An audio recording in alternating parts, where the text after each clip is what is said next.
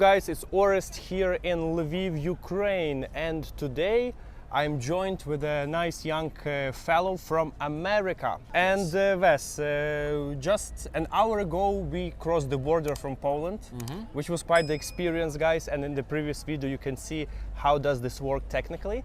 And now we are in Lviv. Yes. You were on a fence before coming here for obvious reasons. There is war in Ukraine, and probably many people told you like, no way you're going to Ukraine, but you're here. How does it feel? It feels great. It feels, just like any other European city I've been to. I've been to Budapest, Bratislava, Rzeszów in Poland, obviously, where we came from. And if you had dropped me off here, besides the yellow and blue everywhere, but I would not know I'm in Ukraine. I would think I am in anywhere else in Europe or Eastern Europe.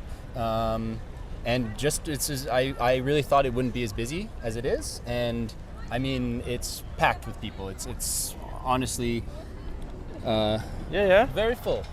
A lot of people. What about those Cyrillic letters? Oh yeah, I guess that's the other thing. It just the alphabet. So other than I know nothing of what the signs mean, I feel like I'm in any other European city or anything. I mean even the people. So yeah, I feel like Google Translate myself, I could do fine here. That's all I need. I invite you for a short walk around the city center. We just go, guys, and we'll be inspecting what's happening here. What would be the first impression of an American who is actually found themselves suddenly in Lviv. And if you have any type of questions, like anything is weird for you, you want to clarify something, please don't be shy, feel free to do so. Somebody would tell like, no way it is in Ukraine. Like, did you encounter any evidence of war here? In Lviv, almost nothing. I mean, you see soldiers, soldiers every once in a while, but oh, there is one, by the way. Yes, exactly. So, I mean, I'm from in my school is in Colorado, and there's a lot of military there. So for me, that's actually a pretty normal thing, like for the city I live in America. But then other than that, is just I've seen some. What about the sandbags? You remember? Yes. It's just some sandbags with camo coverings, but very rare. I haven't seen that many, and those really it. A couple soldiers, and also like on the road there are checkpoints, right? Yes. So yes. The checkpoints for a good reasons, obviously too. So I guess my question would be, the one thing Europeans always say when they come to America is the amount of U.S. flags everywhere, and I would say this is the only other country in Europe I've seen that has the same sort of patriotism. Was this sort of the yellow and blue everywhere, the blue and yellow everywhere? Was it like this before the war as well, or has that more just been, has really ramped up since the start of the war? Would be a question I have for you. That's a great question. Like, obviously Ukrainians are also patriotic. Yeah. Probably not that focused as Americans, because I visit America a few times, and some people are really like into it. Yes. But if you have such a impactful event as a war happening, obviously this raises the patriotism up. And I mean, definitely there is more Ukrainian flag presence.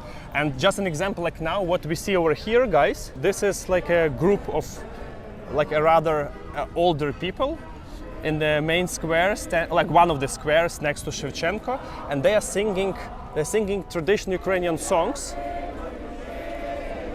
You see? So, back to your question, this is not the result of the war.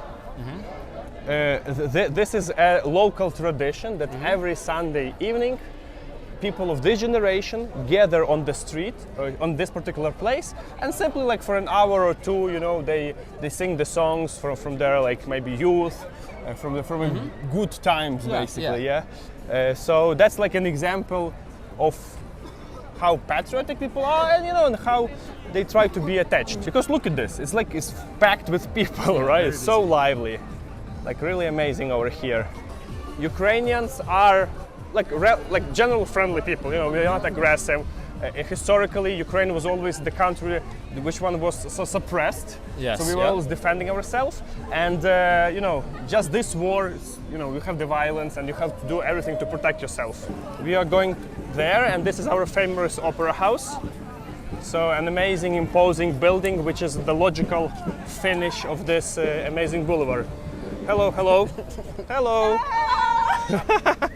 So guys, if you happen to be in Lviv, drop down, write to me. Maybe we're gonna meet and have a similar conversation, but I cannot guarantee anything because I'm actively involved into international relations of our country, and quite often I'm abroad on different conferences, events, and so on. I'm so happy to be back at home. It's like feeling like almost on a festival over here right now. I Yeah, know. but what I want to tell, this is a rather regular weekend afternoon. That's it. Yeah, I would say it's much more like, even in America, very many places we don't have these sort of squares with as much music and, you know, the community all in one place, but it's something I've noticed in Europe, and to see it in Ukraine as well is very good, you know? It's very good to see. Okay, so now I invite you to medieval part of the city, because like go. this part of the city was built in like 18th, 19th century, when Lviv actually was part of Austro-Hungarian Empire, you know, and not many people know that part of modern Western Ukraine were like, you know, under Austrian or Polish influence basically for many centuries. Yeah, you see like the streets are becoming more tight, and this part of the city was already built during the medieval times, and Okay. we'll get deeper into it. And don't forget that there's some stuff on that flea market as well. Okay, I would say one of the most amazing mid-sized cities in the world, but Привіт, hello, добрий день. You see, you were asking if Yes. people can recognize me. It happens, there you go. It starts. Because guys, before Russia attacked Ukraine recently, on a full scale, I was a Ukrainian language blogger for the last like decade, for 10 years. But you know, I think it's important to spread the message out there to the world and make it in English as well. Americans are welcome in Ukraine. Very M16 is also welcome. Yes, F-16s and Americans, let's get both here. Yeah. Many people in the world, they might have this perception that Ukraine is a like post-Soviet country and everybody's giving you an eye and so on. But as you can see, I mean, everybody's definitely friendly. Yeah. And what I must say, guys, during the war, people became even more open and more friendly, you know. And it's not only the civilians in the streets, like the policemen, army on the checkpoints. Most of them are very friendly to foreigners, and it's clear why. Because the success of Ukraine in this war is directly connected to the Western aid and support, right? So, and eventually, I feel personally that we became embraced by the rest of the Western world, and this is exactly where we belong to. Just look at this. As you told, it could be like Italy, France, or any other like European country. So this is kind of the outdoor space here, very close to the city center. Guys are playing basketball. Almost like in New York backyards, right? Central Park, exactly. Like in Central Park. It's a small green area in the heavily built up historical center of Lviv, but there are facilities for children, as you can see, for some sportsmen, and this I want to share with you. Do you do workout? Do you do some sports? Yes, I play sports at home. And, work out a little bit. Okay, that's good, because this is my favorite outdoor workout stations.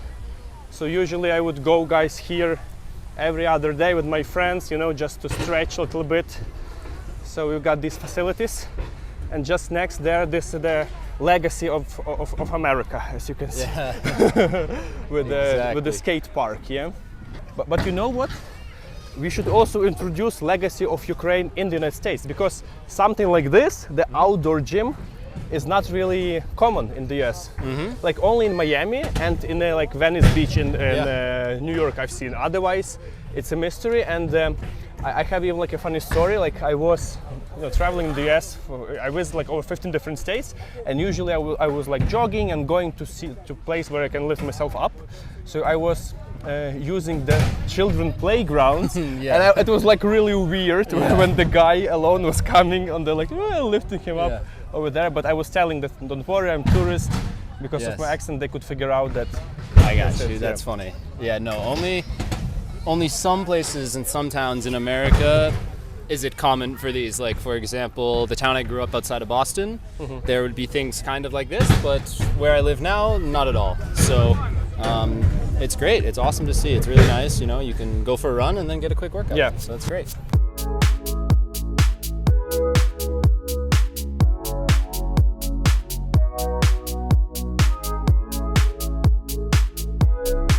So now I would like to share with you other part of the coin. Basically, we are transitioning from a happy, funny, smiley place to a rather a sad place. You can guess that this is a kind of memorial, but take a look closer and I'll show you what exactly it is.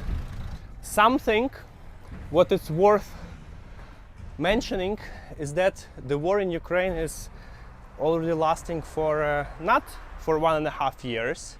It didn't start in February 2022, but actually the current war started in 2014 when Russia annexed Crimea and started the open war in Donbass. Yep. So we have to remember this. Obviously it draw so much attention in the recent year, but Ukrainians are struggling with this aggression for quite a while. And for example, guys, this memorial is erected here like a few years even before the recent attack. This is the memorial. We will come a little bit closer to people who actually lost their lives during the revolution of 2014. So basically almost 200 mostly young guys died on the main square in Kiev who were shot by snipers. You remember this definitely, yeah? I think so, yeah. So these are the events back from 2014, and yeah, a rather beautiful, if it's possible to use this word here, memorial have been built in a place where you can have a nice outlook to the Lviv skyline. So yeah, this is the central part of the city, and you can see the flags. You can see like one flag on the top of the bell tower, then there's another one. Countless domes, countless churches around. This is, for example, the tip of the opera house where we just been to, and the city is basically all around us. Lviv is rather a large city, so we could say that it's around 1 million people. Now it's really hard to count with all the people, you know, migrating and traveling back and forth. Our city is hosting the biggest amount of internally displaced people within Ukraine, but I believe we are doing well, and it feels like it's a nice city to be, right? It's very full too. I mean, you can almost not even tell that there's a war going on. Mm-hmm. There's so many people and it's so busy, so... Yeah, it's good that, you know, such memorials really remind about it, and something just for you to, not really shaking you, but to look at different perspective of this is, number one, almost daily there are funerals of soldiers in Lviv, and if you have a chance tomorrow morning, I highly recommend you to visit the Cathedral of St. Paul, which is also very centrally located. Usually it's 11 o'clock, so you can see it, and if you really feel like to share the sympathy or maybe a courage, you can also join the procession to the military cemetery and see how the cemetery, basically from a green field, grew into a huge cemetery within a year. It's very sad, yeah. So that's like it. Yep, I guess, so one question I have for you is, and this isn't something that I think most Americans or most Western people would really, know to talk about. It's something that I read about in some of the research I was doing, just trying to understand the history and Ukrainians' history from Russia to Europe, and that is there's a big difference with how Europe celebrates World War II, V-Day, versus how Russia does. In Russia, it's like the Great Patriotic War, and it's more about the survival of the state rather than a day of memory for those that were lost and for the life that was lost. So I guess I'm kind of just wondering for you how that kind of, I mean, have you seen a change in anything like that from Ukraine as it's kind of slowly, gone more and more towards Europe and more westernized? Have you seen, let's say maybe attitudes about whether it's World War II or starting in 2014, the current conflict? Have you seen, I don't know, any sort of anything along those lines? I think I got your point. So basically, the topic of World War II was the single most important topic in Soviet Union after World War II, basically. This is like what people were focusing on, the one which was like actually glorifying everything and so on. Yeah, and the military stuff like this, just from the Soviet perspective. So subconsciously, once you have this brainwashing happening for many decades, you start to believe that Soviet Union saved the world from a Nazi invasion, and this is the glorious 9th of May Victory Day. Yes, yeah. However, it all depends on the family. So I started studying at school in 1994, and there, as far as I remember, it was kind of like a victory day, and even on the official calendar of the state holidays, it's like a victory day. Yeah. But for me and my family, we were super pro-Western. It was never about the Soviet Union, taking over the Nazi and being the sole world survivor. Mm-hmm. For me personally, the May 9th was rather the end of the World War II, and this is the holiday. Yeah. It's not about Soviet Union glorifying. Mm-hmm. However, I also understand that for many people who lived in the media sphere of the Soviet Union and so on, it was kind of even subconsciously combination of this. Mm-hmm. But now what we see, we have a tide off, and many Ukrainians reconsider the history. For many Ukrainians, it was like a really open new chapter because they never even had a chance to see this. Yeah. So now it's like Ukraine is definitely moving pro-Western direction. Thankfully, for example, we are moving our Christmas from January 6th to December 24th, together with the rest of the world, where it was before it was changed, basically by Russian influence. Yeah. Then we stay away from celebrating the Victory Day.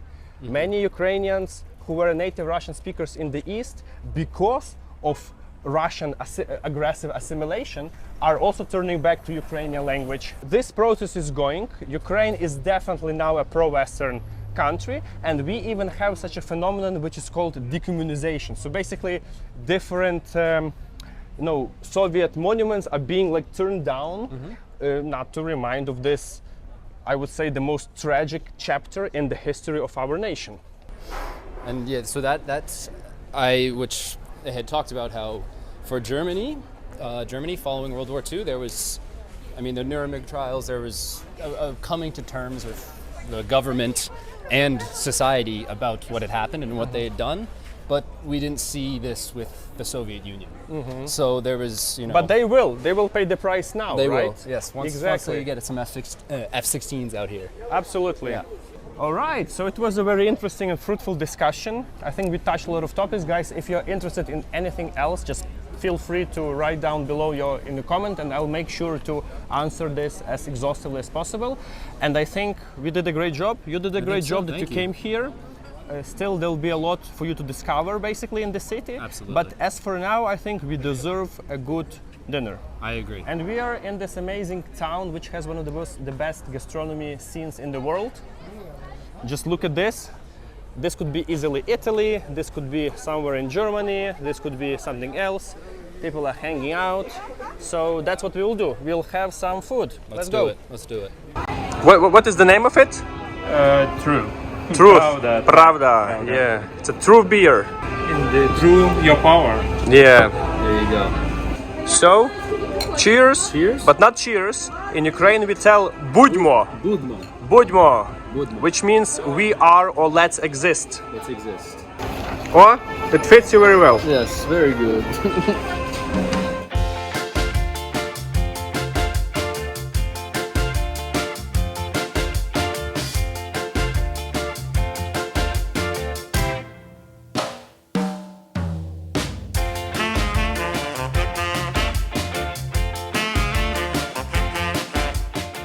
So thanks for watching. Wish you good luck. Stay with Ukraine and welcome in Lviv. I hope now you can see that it's absolutely doable. If you're not sure how to get here, the previous video shows the entire process of getting overland from Poland to Lviv. See you. Bye.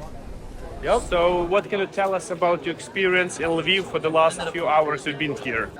It is far nicer than I expected, much safer and far more people than I could have ever imagined. I think the Western media just shows the war and the East, but doesn't show that most of the country is just as normal as the rest of Europe. Exactly. Yeah. So please, guys, come to Ukraine. This means a lot. Come to Ukraine. And you will enjoy your time here very, very much. Have a good evening. But remember, the war is not finished, obviously. The war is not finished, no.